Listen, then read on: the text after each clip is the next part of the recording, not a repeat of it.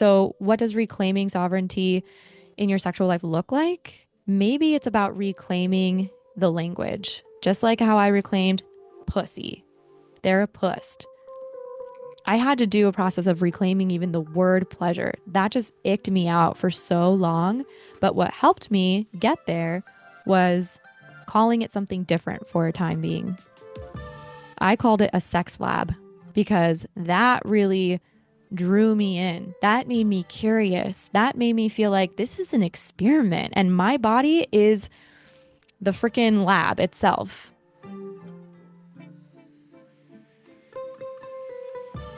Hi, everyone. Welcome back to the Pelvic Pulse podcast. I'm Dr. Brittney Ellers, your host. And this is going to be a third out of the 4 solo episodes that this season carries. I'm really excited to drop in with you. I literally have no idea how long this episode will be as I sit here recording it. I have questions that people wanted to know after I shared an article called A Priest's Daughter's Pathway, for short. And yeah, I just kind of opened up to see what would come about. And I also was like thinking about this last night before actually sitting down to record. What do I even want to talk about? Because the last time I was on here by myself, I was actually in Costa Rica, and that was over a month ago. So that was the end of July that I recorded that. And a lot has transpired since then, including the dubbing for myself the title of Therapusst more publicly. I've had the domain and I've had the Instagram handle for a little while now, but I feel like I've finally stepped into and have been bringing this title to life in real life situations. And I kind of just wanted to go over that as well as, of course, answer these audience questions. So I may ramble a bit. I may go deeper into certain topics that you might not be expecting are related to pelvic health, but I mean, this is the Pelvic Pulse podcast. I feel like I could tie almost anything to our pelvic health because it is our foundation. So, let me start with first the question of like, what did owning the therapist title mean for me and how did that really happen? Um, well, first, the title just kind of popped in as a desire to find something a little more differentiating for myself as a pelvic physical therapist. I was going to, yeah, like not rebrand necessarily. I didn't want to rebrand, but it felt like there was a becoming that was happening for me on the back end over the past 8 months. And I can't remember exactly when I had the conversation with a friend. Shout out to Serene. I was telling her about it and I loved her reaction to it. She just kind of giggled and encouraged me to go with it. And I think I shared it with some other people too. And you have to, have an emphasis on the puss because I am a therapist. Oh my gosh, it's hard to even say therapist now. I'm a therapist who wants to reclaim that word pussy because this is what my work is partially about, right? It's pussy work. It's empowering to reclaim that word for me. It might not be that way for many people, but I'll probably also get flagged on YouTube for saying this so much, but this is what it's about.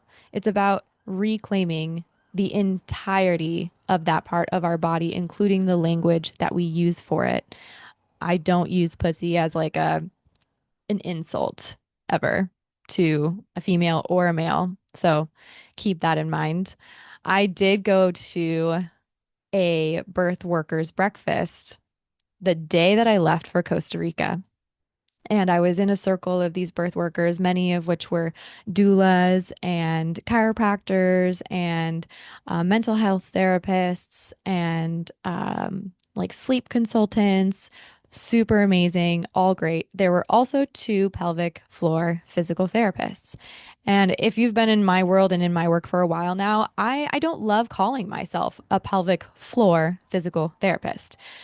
And while pelvic floor is something that's searchable and people are starting to recognize that that term, that phrase, I'm not just working with the floor. And I don't even love to call it a floor because that gives it the illusion that it is something stiff, immobile, but it is foundational. So I get that. It's just something catchy, right? So as we got around in the circle and we're all doing our introductions, it comes to me and I ended up sharing that I was a therapist and this is how I differentiate myself. I love working with women and their pleasure and helping them regain some of that sense of self after big transitions, whether that's, moving or trauma or birth, divorce, partnerships, all the things. So that was scary for me at that time. It was in in the midst of all these women, it felt really supportive and exciting. I knew people that were there, and it was, I don't know, probably like 20 people. And then, of course, I went to Costa Rica for 5 days. I felt so invigorated by all of that. I felt Yeah, just it was the exact kind of opportunity for embodiment and rest and sisterhood and connection that I really, really needed to help me step into more of this energy. And the girls that were there just freaking phenomenal.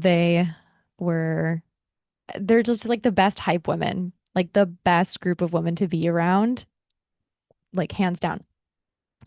So coming back from that, I was invited from someone that I met at the birth worker meeting. I was invited to another group just to network a little bit, but it's, an anti-networking group. So it's very not disorganized by any means, a little less formal, which I appreciate. And in like a low stress kind of scenario, it was my first time going. I didn't know how many people were going to be there. And I ended up showing up a little late. And it was basically how they start it is anyone who's new to the group could grab the mic for 20 seconds and share a little bit about what they do, what they're excited about. It's like very heart centered. So, if you're nervous or you have nothing to share or you're just excited to be there, you can say that, right? It doesn't really matter what you say. And I remember getting so stuck in my head a little bit about what it was I wanted to share. One of the things I regretted from or learned about myself from the birth worker breakfast was like, I forgot to even mention that I have this podcast. Blink, blink. What? I don't know why. It's just not first instinct to be like, hey, I have this podcast too that's super educational, very informative. I also have these guided meditations on it, right? I just didn't do it then. So I was trying to get myself to do it consciously at this new networking group. And once the mic came around to me, I guess there were 140 people there, but I named what I was. I'm like, I'm the therapist, and this is what I do. I'm a pelvic health physical therapist. And I just, yeah, went through my spiel. Forgot to mention the podcast again, but that's okay because I think if you're meant to find this podcast, you'll find it. And yeah, that felt like a major step for me because I mean, I love a good pun. So, of course, people laughed. I want them to laugh. I want them to like feel the feelings about it. Like, what does that word actually stimulate for you? And it can be an alchemizing moment, right? Yeah. I was very proud of myself walking away from that. I ended up running into quite a few people that were from my past, whether that was a few years ago up to like 5, 7 years ago, reconnecting with Kelly Russell, Natasha Edwina, and Skylar Stillings, who are all amazing in their own right. So, little shout out to them. I ended up staying there from like 9 to 11:30. I walked away walking on cloud nine, just so excited to be back in the community and just letting people feel what it's like to be around me and talking with me. So that was a big moment. I did get some questions from the audience. And also, I just wanted to kind of like make sure there was a little bit of a tie here to the article that I wrote because some of the questions were about that, like deeper questions going into it after I mentioned certain things. So, first question really is your family supports you deeply, but doesn't always ask the deeper questions. What would you most want them to ask if they were stepping into your inner world? So, I actually don't mind that they don't ask me questions at this point, at least not the ones that have to do about their sexual health. But when it comes to their bladder, bowel, digestion, their posture, their muscular activity, like all of that, I'm happy to help with them with that. I have not, quote unquote, come out to my family as the therapist. And when I say my family, I mean my parents and my grandma. My brother and my sister-in-law know this and they follow me on social, so they see it all the time. And I mean, yeah, like my parents don't recognize themselves as people who would benefit from what I'm truly focusing on these days in my offerings. And if they were dealing with something pelvic health wise, I think it'd be different. It is different when I think about sharing this stuff with my parents versus like my grandmother, who I do help with that kind of stuff. I think probably as my parents grow older, it's going to be less of a block.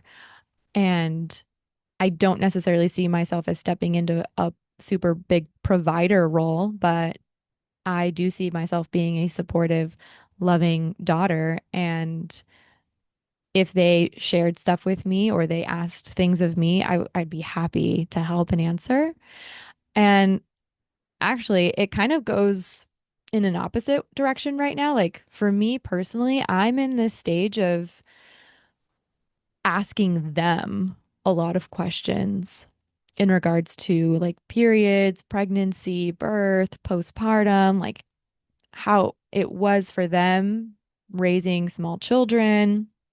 And for example, 2 years ago on Mother's Day, it was my parents, my partner James's parents, and my sister-in-law's parents. We were all together and we all got to really hear about each of the moms' journeys into becoming moms.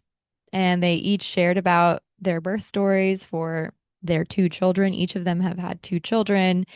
And yeah, it was like the most beautiful thing, very illuminating and interesting to see, right? Like where we might have picked up some of these ideas or narratives around all of those topics. So when it gets to more specific things, though, like with the sexual well-being and or relationships, my mom and her sisters and I talk about that. When it comes up, it's just fascinating. It's really interesting because obviously she grew up in a completely different place in Cambodia and yeah, it's just the culture is so different. And I love hearing about that. I love hearing about their culture and what it meant for them. But also, I see where there are potential holes. And yeah, if they were going to ask me about anything with that, I think that would lead to incredible, deepening conversations. But I don't really see it as like a big family conversation that needs to be had. I mean, I'm a projector, so one-on-one time for that kind of depth is way more not just even like effective, but it feels better, I think, for everyone. Yeah, that's just how I see that. One other thing though was really, really funny. This question got me thinking, right? Like what would I want them to ask? Well, one time we were planning a family vacation, including my sister-in-law and including James. So it'd be six of us. And I remember my mom asking me, she was like, are you and James going to be okay if you're, sharing a room with your brother and Bree? And I was like, yeah, like we'll be fine. If we have to share a room with you, like we'll be fine. but since my dad snores, gotta have headphones. And she was like, "Are you sure?" Like kind of teasing me, like we have sex all the time or something, and we wouldn't be able to handle a few days not having it. And I just laughed so hard because she had genuine concern, but like was definitely a little teasing. And it's just funny that she's come so far in this way because I remember 3 years ago when James and I first moved in with each other, and we'd already dated for 2 years. And so this was 3 years ago when we first moved in with each other. We were going up to LA for all of our vacations, our family holiday things. And there was a point where it was like I had to sleep in the room and he had to sleep downstairs on the couch or vice versa. And it was so uncomfortable. And I asked my mom, I was like, hey, would it be okay with you and dad if we just slept in the guest room together? Like, we just really want to sleep together. Like, this is what we're used to now. We live together now. It's not like we have a guest room here in the house, but we don't sleep separately. And she was like, well, like, our rules about marriage and sex before marriage, and these are the household rules. And I was like, honestly, we just want to sleep next to each other. I promise we will not have sex in your house until we're married. And she approved. She was like, okay, like if you promise, then you guys can sleep together. And that is actually one of the, I guess, biggest points of respect in our relationship is like mine and James's respect for the rules under their roof. And we're totally okay with that. And I think my parents are okay with that. So, next question. How has your understanding of sexuality, pleasure, birth, both personally and across your lineage, shaped your ideas about intimacy and connection in your work with vaginal alchemy? Ooh, this one's a good question. It's deep and I feel like this could go in a multitude of directions. What first comes to mind though, because when we're talking about lineage, I automatically think about a lot of the conversations that my grandma and I have had. And she is the oldest person in my family, on my mom's side, which is what's closest also physically to me. We do have relatives that are older that live further away, but she's someone who's like my closest, oldest relationship. And in the article, the priest's daughter's pathway, I wrote about the time that I made my family all sit down to watch the Goop Lab episode. It's episode 2 or 3. I can't remember, but it's with Betty Dodson. And they talk about her work, her life's work, where she was actually educating women in person. They'd come in, she'd be naked answering the door, and they'd all take their clothes off and come in and in a circle, and she'd demonstrate herself and or demonstrate with a model how to orgasm and what that looked like. And that would be with a vibrator. And this was back in the day, so kind of revolutionary. She hosts these workshops in her house in Brooklyn. And I mean, throughout that episode, she's like educating Gwyneth and Elise, and she is basically alluding to the fact that like every vulva is unique and every vagina is unique, and this is our physiology, and da da da da da. And it was such a powerful episode for me because at that point I was getting into pelvic health and sexuality, and I wanted to, I mean, truthfully, I wanted to make my family a little uncomfortable because I wanted to face that even like within myself. Like I know that there's always just this little fear of being not unwanted, but like yeah, just not being loved or not being seen or yeah, being the black sheep of the family. And so I remember like making everyone sit down to watch it. And my grandma we finished it. It's only like a 25, 30 minute episode. And my grandma said, like, why? Like, she was confused. Like, why are women having to do this?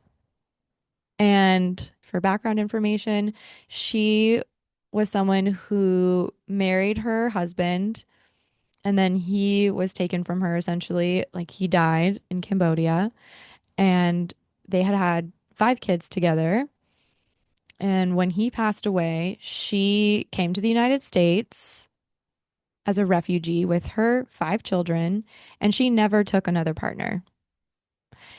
She told me in that moment, basically, like, you don't have to force it. Like, if you have a good partner, you will experience this.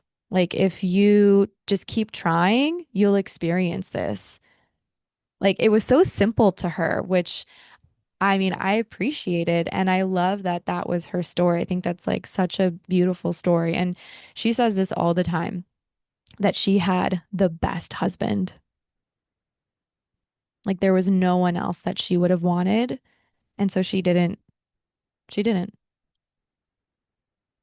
want for anything beyond what she got to experience with him, which I think there's a beauty and simplicity in that kind of love. And she seems really at peace with that, truthfully.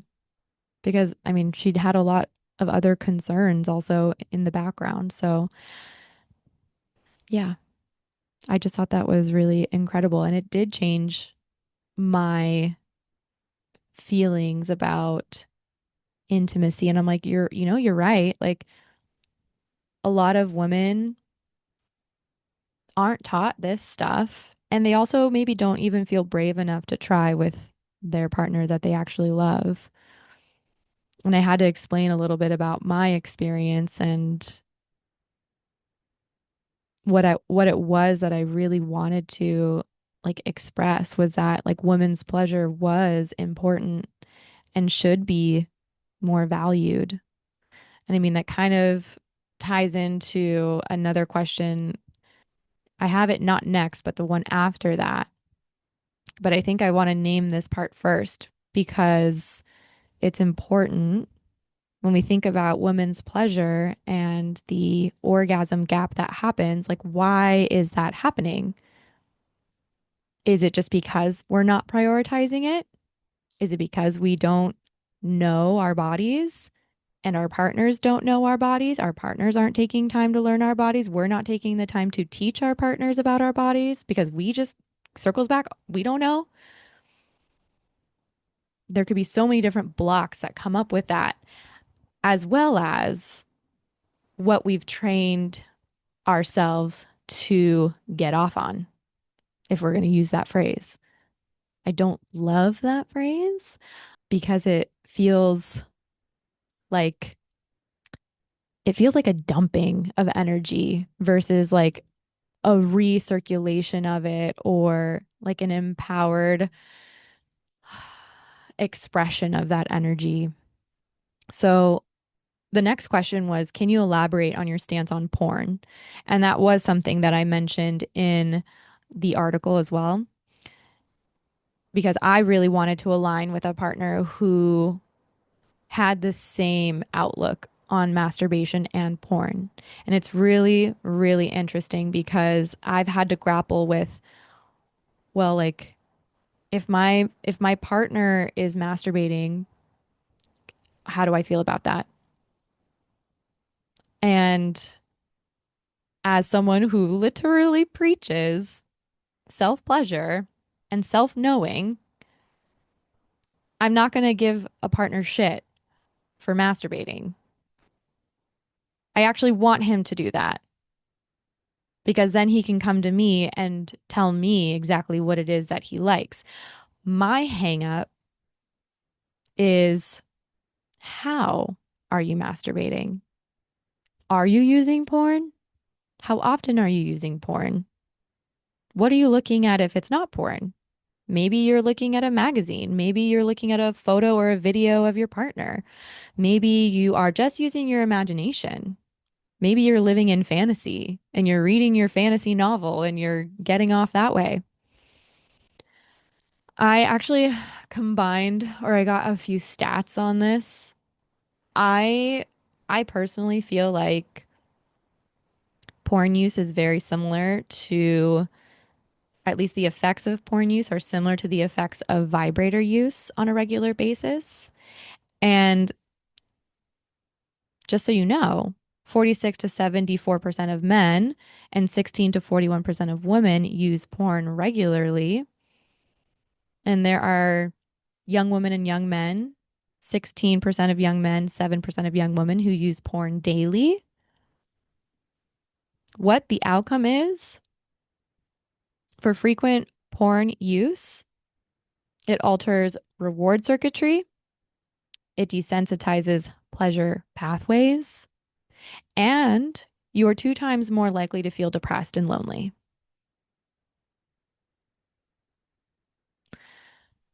So, a reminder, I don't want to shame anyone for masturbating. That's obviously not the issue that I have. It's how it's done that matters to me. And as a woman with a partner, as an educator and practitioner in the pelvic health space, like I want you to know this. I want you to be aware of this because how you do one thing is how you do everything. And I did say that in the article. So, for example, I didn't write this in the article or share this, but many of my past partners used porn and or looked at photos of, you know, not even naked women, just like in their bathing suits or something, because Instagram is full of that, right? Very clickbaity, very, boobs and butt forward. And sure, it can be really triggering. It can speak to some of the shadow that we as women have when we are in comparison mode. But I also would argue that when you're training your mind to feel turned on by a certain thing, whether that was just like nudity and porn or by your vibrator, the more you do that, the more you're strengthening up that pathway. And if I want to create longevity within my partnership, I would want him to be strengthening towards attraction to me. So connecting those dots of me and pleasure and excitement and desire. That's not to say that other women can't be attractive or can't be beautiful to him, but personally, I think I wouldn't want him looking at other women on purpose. I don't look at other men on purpose. There's a certain level of respect that I think that comes with that. And, it is wild how, I guess, not even normalized, but it is very, very common, right? I just said the stats, but how common that is in use, maybe even in certain parts of the country and not in other parts of the country, or maybe we're just hiding it and not talking about it, which is definitely a thing. I know people who have been addicted to porn and they've been able to come to terms with the shame that they felt and release that and move forward in their lives, luckily, which is amazing. I want to tie this into the next question and bring this in. How do shame, upbringing, or religious conditioning around sexuality show up in the way people masturbate, pursue pleasure, or relate to their bodies? And how do we begin to unlearn that? This is big. This was like literally what my story was about. I mean, I think people hide what they're doing at a young age. Maybe they're caught, in quotes, at a young age, exploring themselves really innocently.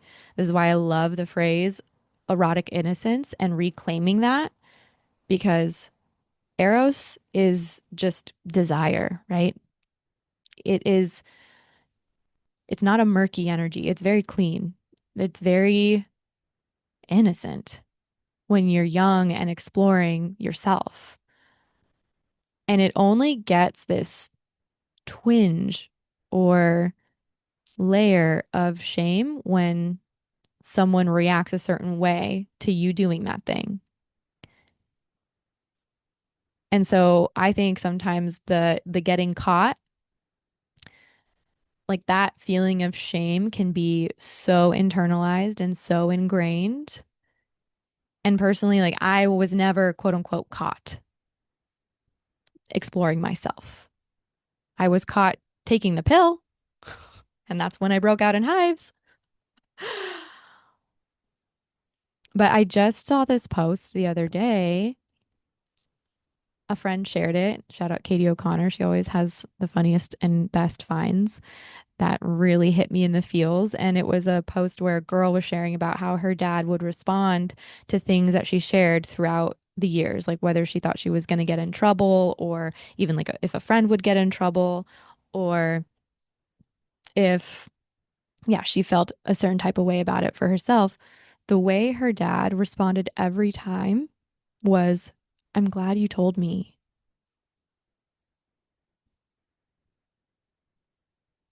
I think honestly, doing a deep reflection on how you were taught and what you were taught or what was internalized could be super helpful. Maybe you want to do what I did and just timeline your experiences, whether that was sexual or relationships or anything that has to do with your pelvis, really. Like for a woman, maybe you do start as young as when you got your period or when you first learned about your period or when you were first aware that you had genitalia. Then from there, I would detangle the experiences and locate where those memories lie in your body. And this is where the vaginal alchemy work comes in.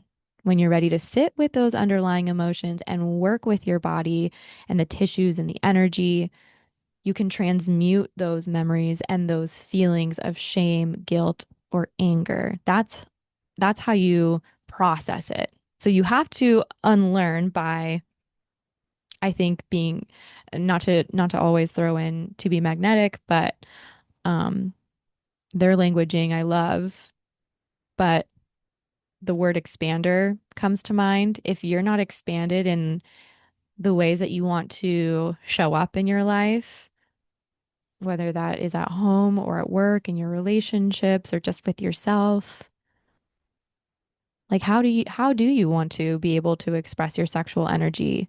Do you see examples of that in your life? Like other women or other people embodying that? Because then you have to, again, like go back through your experiences,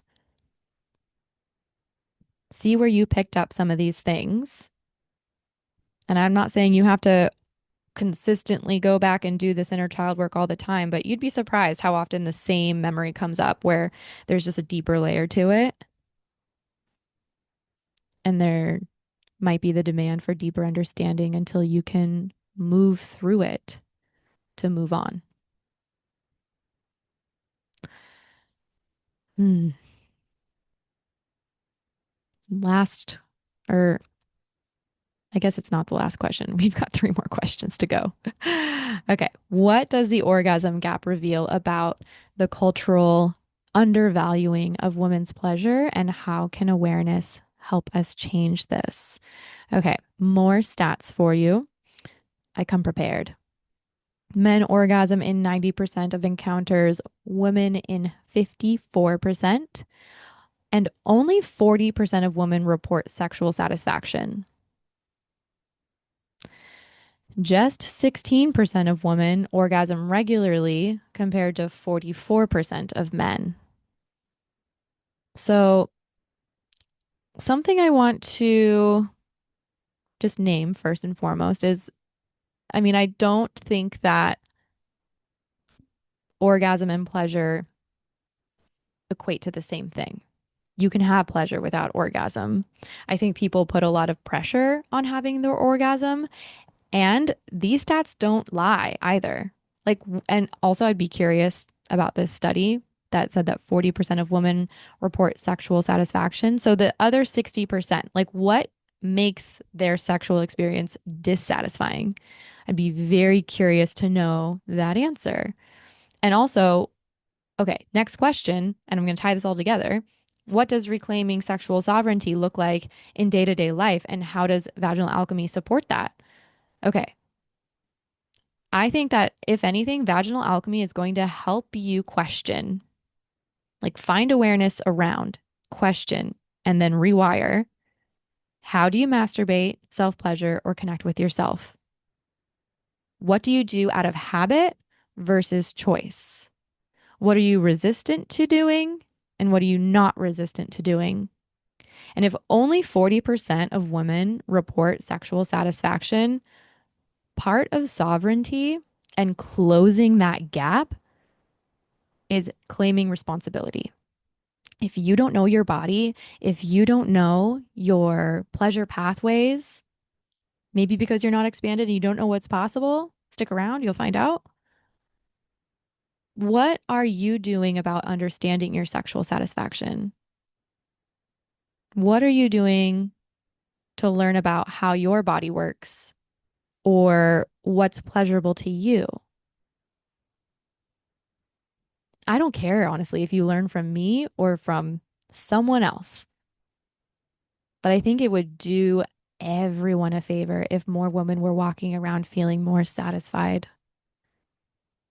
And going back to an earlier topic about women's pleasure not really being valued, I think that speaks to some laziness, to be honest. The vibrator was made out of laziness. Doctors used to do this for women. Medical doctors used to note that orgasm would make any hysteria decrease, any pain, emotional, physical decrease, and their hands got tired. So someone invented a vibrator, and the doctor handed the vibrator to the woman and said, "Here, this will help you." Why didn't we just ask to be taught how to do it to ourselves? What tools could we use for ourselves that maybe, I mean, I'm nothing against vibrators at all, but again, question how you use it. Question if that is actually bringing you what it is that you want. Are you actually feeling satisfied after your 5 to 10 minute session when it's on full blast? Or does it feel better when you actually lean into your physiology, give yourself time? I mean, I had to learn that the hard way. And I know for a lot of people, pleasure practices aren't desirable. Like that's not exciting. So, what does reclaiming sovereignty in your sexual life look like? Maybe it's about reclaiming the language, just like how I reclaimed pussy, therapusst. I had to do a process of reclaiming even the word pleasure. That just icked me out for so long. But what helped me get there was calling it something different for a time being. I called it a sex lab because that really drew me in. That made me curious. That made me feel like this is an experiment and my body is the freaking lab itself. Like, what emotions, what sensations can I conduct or concoct with this tool, with these two tools, this one tool over here, wand, vibrator, eggs, just to keep it simple. You could, of course, throw in some plugs. I mean, if you're just working with yourself, like, I think that's plenty. And then, of course, if you add another, there's way more. There's way more that you can play with. But I think some of us have to really be honest about that. If you're hung up with resistance to spending time on yourself, sit with that. And or can you make that 5% easier for yourself? Whether that's with a reframe, or a time limit or question. But it does take some ownership and release of any like helpless damsel or victimhood energy. Now, I truly believe that every woman is capable of embodying the version of themselves that is sexually satisfied after she works through her hangups. And some part of you might be resisting or thinking it's safer to stay sexually dissatisfied, which again, that was my experience in past partnerships. I was afraid of being abandoned. I was afraid of not being loved by that person. So then my question would be, can you address those parts of you that are worried about that in the most loving way?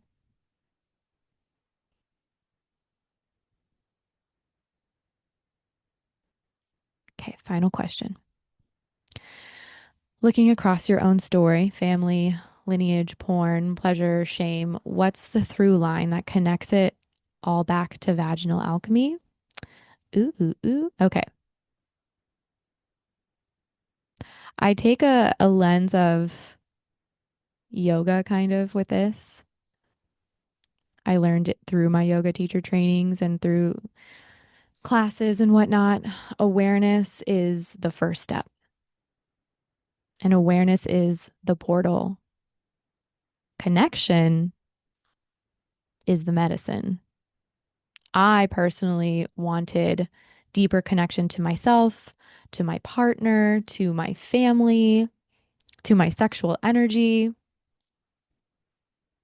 I was also witnessing in my practice how other women were dealing with similar things.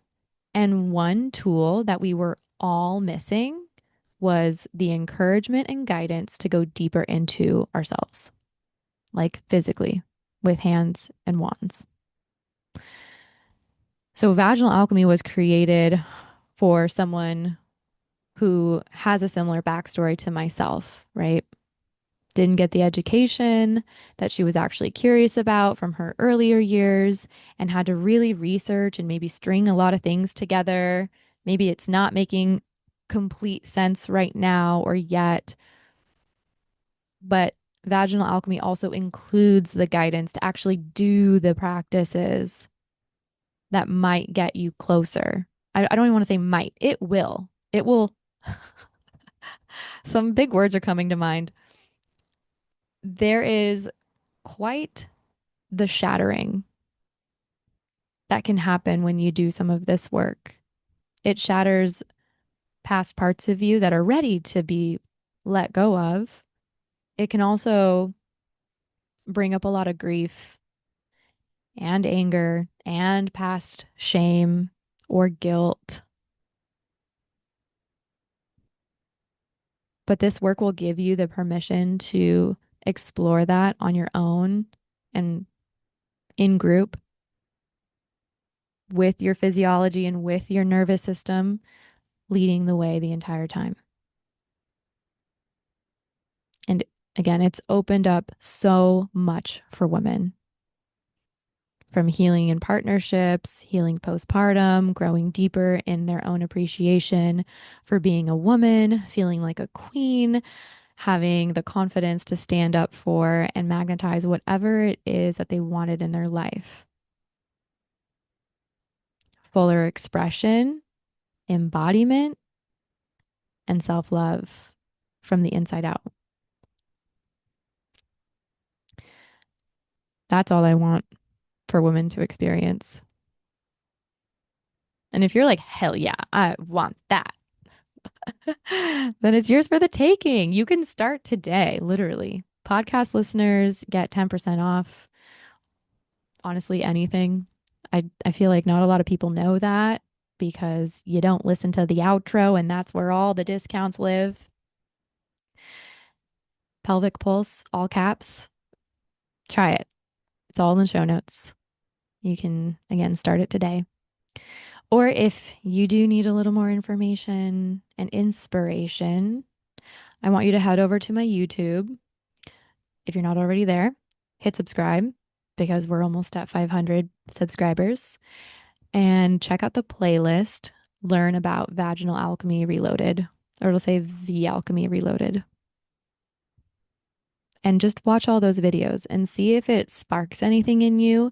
If it, after listening to this, right, if it excites you to think about closing this pleasure gap or orgasm gap for you, or if you're like, I'm ready to kind of move beyond some of these awful relationships that I've had, or I'm ready to be my fullest self around my family. I'm ready to heal from trauma that happened physically in my body. Even if it wasn't like, big T trauma, like little T micro traumas, little T and or micro, what's the phrase I'm looking for? Boundary crossings. You have those enough on a regular basis, which if you're a woman, guaranteed you've had at least one. 3 out of 4 of us have gone through something where we weren't wanting that thing. I want to go into that in another episode and give you a tool for processing that kind of assault and rupture. But again, if any of this sparked anything in you, I really want you to take some responsibility, take some empowered action, aligned action. If you want deeper connection with yourself and or with a partner, then I want you to go check it out and join us. Big shout out to those who left me these questions and just wanted to know deeper and gave me amazing, sweet feedback about having a written version of the article and then an audio version. I will link A Priest's Daughter's Pathway, the article on Substack, in the show notes as well. And I hope you do listen to that if you're like, wait, I want to know the backstory. It's all there. And yeah, I will see you guys in the next episode. Love you. Thanks for listening and putting your finger on the Pelvic Pulse podcast. I'm Brittney Ellers. This episode's music was created by Just Tech. If you enjoyed this conversation, I'd love for you to follow the show on Spotify, Apple, YouTube, wherever you listen. Just tap that follow button. And if this episode resonated, share it with someone who needs to hear it. That is how this work ripples outward. If you're new to my world or want to deepen your connection to your pelvic health, I have a gift for you. Visit the link in the show notes to explore all of my free resources. Whether you're curious, healing, or reclaiming, this is a beautiful place to begin. And if something stirred in you today, if you felt a spark of remembrance or a readiness to go deeper, then I'd love to invite you into Vaginal Alchemy Reloaded. This is my signature journey for women who want to not just heal, but alchemize their relationship with their pleasure, their pelvic space, and their power. It's deep, layered, and held in sisterhood. If you've been thinking about it, now is the time. Pricing increases August 1st. And if you're not quite ready to commit, you can start with Feel, a free guided pelvic mapping session that gives you a taste of the depth and embodiment we move through inside the alchemy. It's experiential, intimate, and reverent. You can learn more about both by heading to the show notes. Trust your timing, but don't ignore your knowing. I'll see you in the next episode.